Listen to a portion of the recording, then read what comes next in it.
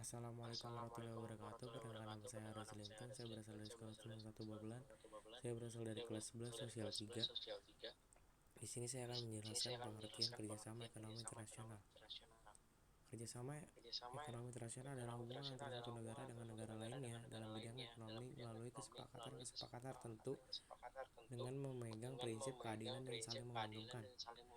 Terus yang kedua ada bentuk kerjasama ekonomi internasional. Kerjasama ekonomi bilateral. Kerjasama ekonomi bilateral adalah kerjasama ekonomi yang melibatkan dua negara dan bersifat saling membantu. Contoh kerjasama internasional Indonesia dengan Malaysia, Cina dan sebagainya.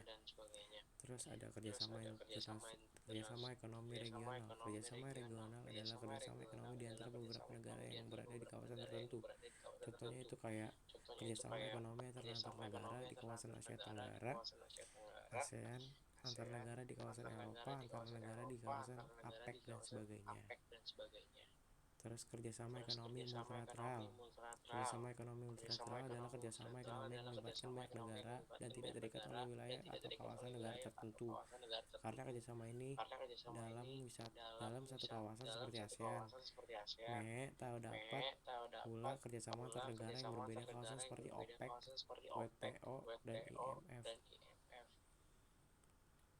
Terus ada kerjasama internasional yang kerjasama ekonomi antar regional. Kerjasama ekonomi antar regional yaitu kerjasama ekonomi di antara dua kelompok kerjasama ekonomi regional. Contoh kerjasama antara MEA dan dengan ASEAN. Terus ada manfaat kerjasama ekonomi internasional. Satu, bidang ideologi kerjasama yang diselenggarakan antar negara akan meminimalisir terjadinya kesalahpahaman akibat perbedaan ideologi. Dua, bidang politik kerjasama internasional akan meredakan terjadinya konflik politik antar negara yang dipicu oleh kesalahpahaman. Terus ada bidang ekonomi, terjalinnya kerjasama ekonomi internasional akan mewujudkan perdagangan antara suatu negara dengan negara lain. Hubungan perdagangan ini dapat meningkatkan kesejahteraan ekonomi masyarakat masing-masing negara. Terus ada bidang sosial budaya. Nah, bidang sosial budaya ini kerjasama internasional dapat menjadi kesempatan bagi suatu negara untuk memperkenalkan budayanya kepada negara lain. Kayak ngasih budaya ke orang lain gitu, ke negara lain. Kayak ngasih tahu.